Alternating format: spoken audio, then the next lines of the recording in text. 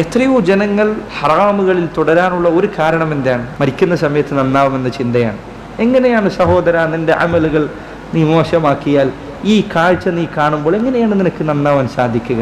എങ്ങനെയാണ് അള്ളാഹുവിനെ കുറിച്ചുള്ള നല്ല വിചാരവുമായി മരിക്കാൻ സാധിക്കുക?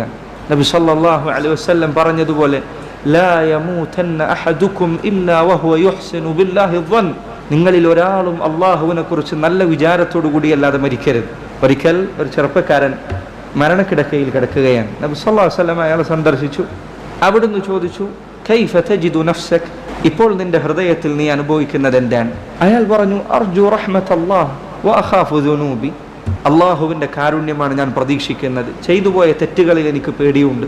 നബി സല്ലല്ലാഹു അലൈഹി വസല്ലം പറഞ്ഞു, ലാ യജ്തമിആനി ഫീ മിസ്ലി ഹാദൽ മൗത്തിൻ, ഇത്തരമൊരു സന്ദർഭത്തിൽ ഈ രണ്ട് ചിന്തകൾ ഒരാളുടെ ഹൃദയത്തിൽ ഒരുമിച്ചാൽ അള്ളാഹു അയാൾ പ്രതീക്ഷിക്കുന്നത് അയാൾക്ക് നൽകാതിരിക്കുകയില്ല.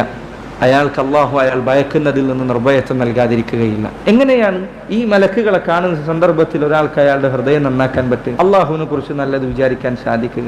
അപ്പോൾ ഈ മലക്കുകൾ അയാളുടെ മുന്നിൽ വന്നിരിക്കും. ثم يجيء ملك الموت, പിന്നീട് മലക്കുൽ മൗത്ത് വന്നെത്തും.